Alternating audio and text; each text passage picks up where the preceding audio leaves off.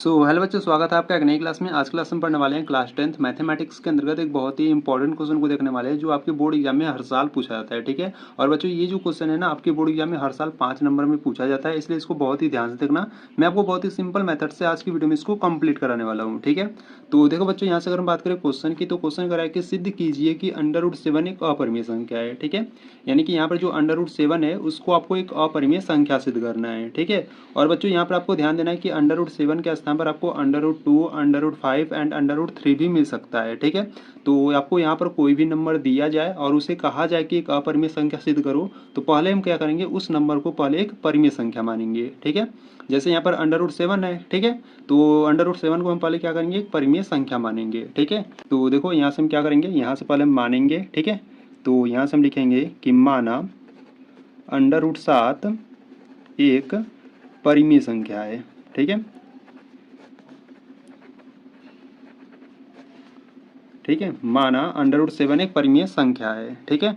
तो बच्चों देखो, यहाँ से अगर हम बात करें परिमेय संख्या की, तो परिमेय संख्या आप जानते हो। ठीक है। परिमेय संख्या क्या होता है?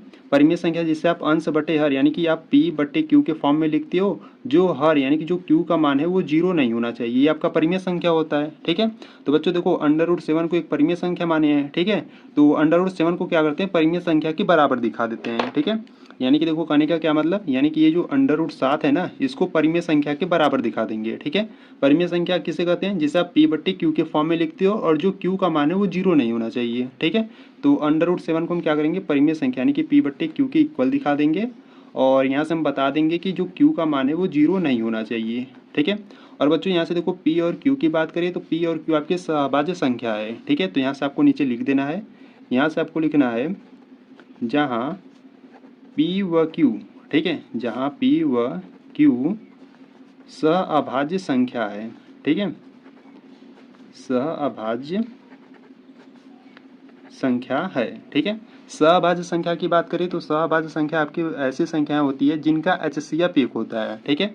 यानी कि आप कह सकते हो कि जिनका HCF 1 होता है वो आपके सहअभाज्य संख्या होती है। ठीक है। यानी कि आप इस प्रकार से समझ सकते हो कि जिनका एक के अतिरिक्त कोई भी उभयनिष्ठ गुणनफल नहीं होता है वो आपके सहअभाज्य संख्या होती हैं। ठीक है। तो बच्चों, इसलिए यहाँ पर आपको बता देना है कि P और Q क्या है, आपके सहअभाज्य संख्या है। ठीक है। तो देखो, यहाँ से अगर हम बात करें, इसको अगर हम सॉल्व करें, यानी कि √7 = p/q है। ठीक है। अगर इसको हम सॉल्व करें तो देखो, ये जो q है आपका बट्टे में है। ठीक है। यानी कि भाग में है, इधर भेजोगे तो गुणा में हो जाएगा। ठीक है। यानी कि आपको यहाँ से क्या मिलेगा, यहाँ से आपको मिलेगा √7, q को जब इधर भेजोगे तो गुणा में हो जाएगा और बराबर में p बचेगा। ठीक है। अब इसको देखो, √7 × q = p है। ठीक है। यहाँ पर अंडर रूट में है, तो यहाँ से हम क्या करेंगे ना, दोनों पक्षों का वर्ग करेंगे। ठीक है। तो यहाँ से आपको नीचे लिखना है दोनों पक्षों का वर्ग करने पर। ठीक है। बच्चों, आपको एकदम स्टेप बाय स्टेप करना है। ठीक है। तो नीचे आपको लिख देना है दोनों पक्षों का वर्ग करने पर। ठीक है। यहाँ से दोनों पक्षों का वर्ग करेंगे। ठीक है। तो यहाँ से आपका हो जाएगा √7 × q का वर्ग और बराबर में p है तो p का वर्ग। ठीक है। अब इसको सॉल्व करते हैं। देखो, यहाँ पर √7 × q का वर्ग है। ठीक है। तो जब हम इसका वर्ग करेंगे ना, तो उनका दोनों का अलग अलग करेंगे। ठीक है। जैसे देखो, यहाँ पर √7 × q है, तो पहले हम क्या करेंगे, √7 का करेंगे। जब √7 का वर्ग करोगे तो आपको 7 मिलेगा, और जब q का करोगे तो q² मिलेगा। ठीक है। और यहाँ पे देखो, बहुत सारे स्टूडेंट को यहाँ पर प्रॉब्लम होती है। ठीक है। यानी कि √7 का जब हम वर्ग करते हैं ना, तो ये स्क्वायर और ये रूट कैंसिल आउट हो जाता है और सिर्फ आपका 7 बचता है। ठीक है। तो इस प्रकार से हम इसको ओपन किए हैं। ठीक है। और बराबर में क्या है, बराबर में आपका p² है। ठीक है। अब देखो बच्चों, ये जो 7 है ना, वो क्या है, आपका गुणे में है। ठीक है। इधर भेजोगे तो क्या हो जाएगा, बट्टे में। ठीक है। तो आपको यहाँ से क्या मिलेगा, यहाँ से आपको मिलेगा q² = p², 7 गुणा में इधर आएगा तो बट्टे यानी कि भाग में हो जाएगा। ठीक है। इसको आपको क्या करना है, समीकरण नंबर फर्स्ट बना लेना है। ठीक है। और देखो, यहाँ से अगर हम बात करें, ये जो 7 है वो p² को विभाजित कर रहा है। ठीक है। अगर 7 p² को विभाजित कर रहा है तो जो 7 है वो p को भी विभाजित करेगा। ठीक है। जैसे मान लो p के स्थान पर कोई भी नंबर ले लेते हैं। ठीक है।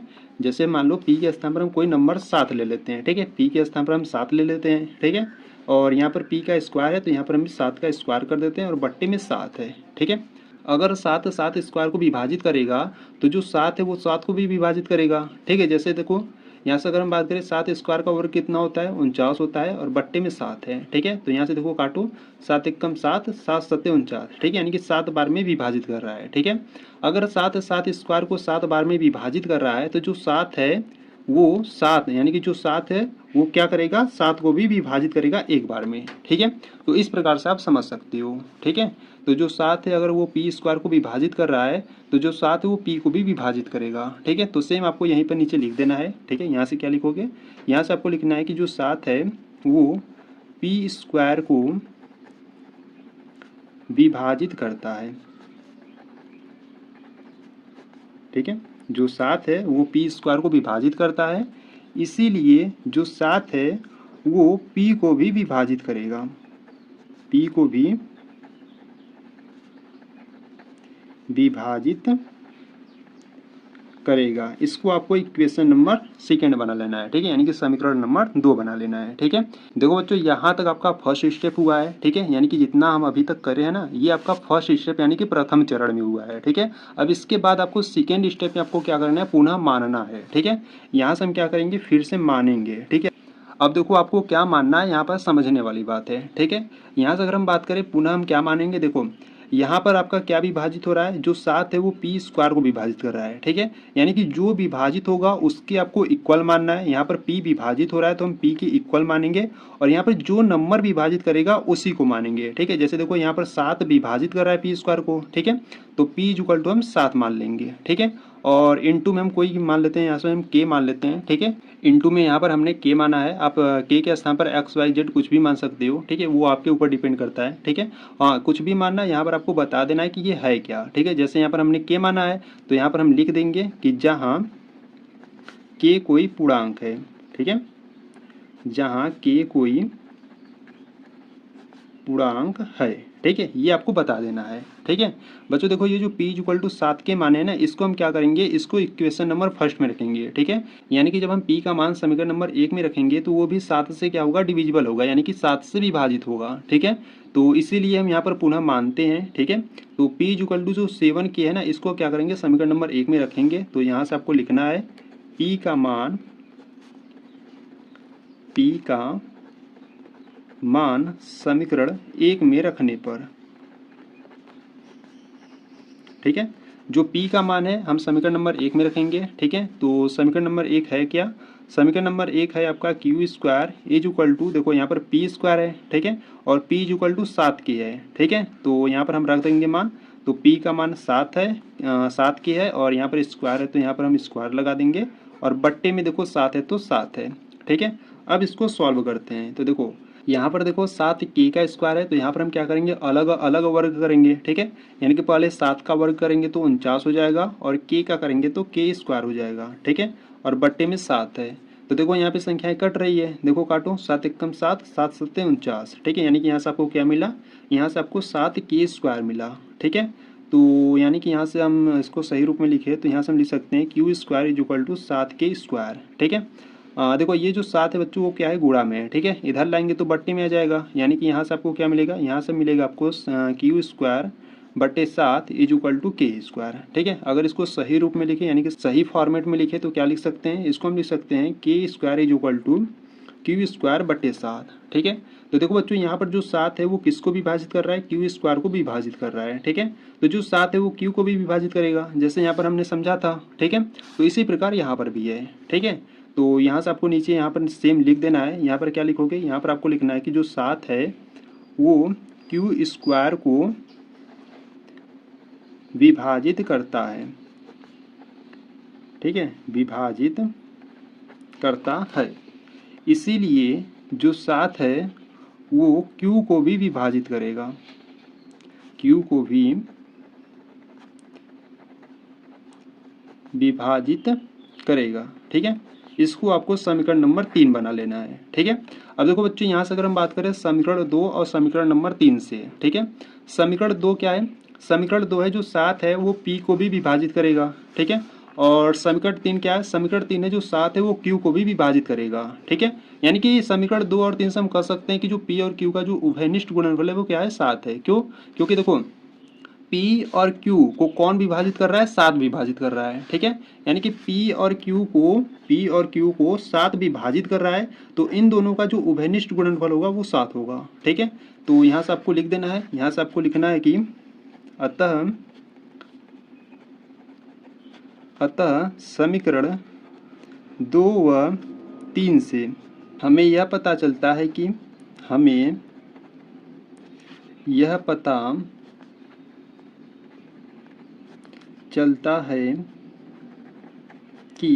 अतः समीकरण 2 व 3 से हमें यह पता चलता है कि P व Q का, ठीक है, P व Q का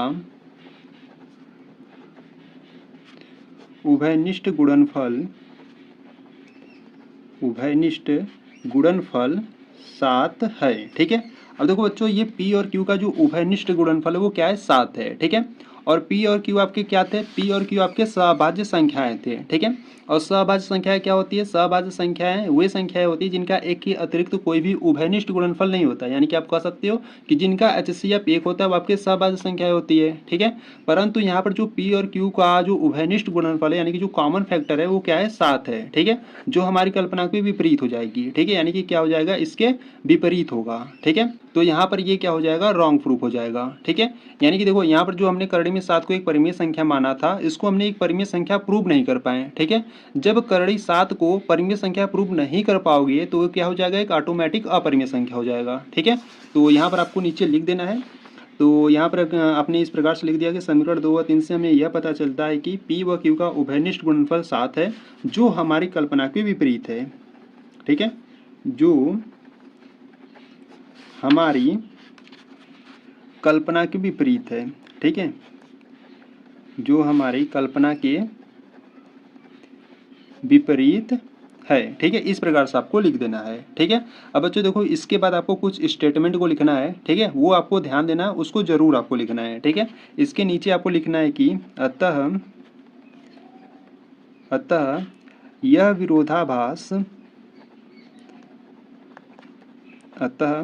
विरोधाभास हमारी गलत कल्पना के कारण हुआ है कि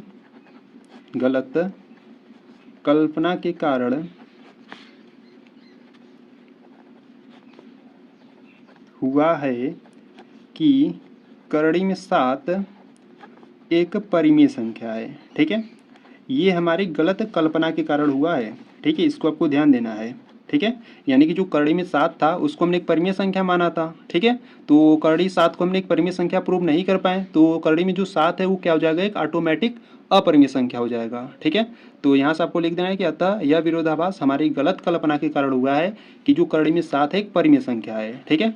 तो यहाँ से आपको नीचे लिख देना है, अतः करड़ी में 7 एक अपरिमेय संख्या है, ठीक है, एक अपरिमेय संख्या है, ठीक है। और ये आपका प्रूव हो जाएगा, ठीक है। तो इस प्रकार से बच्चों आपको प्रूव करना है, ठीक है। और इसको आपको यहाँ पर ध्यान देना है कि करड़ी में 7 के स्थान पर आपको करड़ी में 2, करड़ी में 3, करड़ी में 5 भी मिल सकता है, ठीक है। तो यहाँ पर आपको कोई भी नंबर दिया जाए तो बहुत ही आसान तरीके से आप इस प्रकार से इसको प्रूव कर सकते हो, ठीक है। तो अगर आपको इसमें कुछ भी डाउट है, कुछ भी प्रॉब्लम है, कुछ भी दिक्कत है, तो आपको क्या करना है, कमेंट्स बॉक्स में आपको बता देना है, ठीक है। और आपको वीडियो कैसी लगी ये भी आपको बता देना है, ठीक है। अगर आपको वीडियो अच्छी लगी तो वीडियो को लाइक कर देना, चैनल पर अभी नया है तो चैनल को सब्सक्राइब कर सकते हो। तो चलो बच्चों, मिलते हैं नेक्स्ट वीडियो में, तब तक के लिए जय हिंद, जय भारत।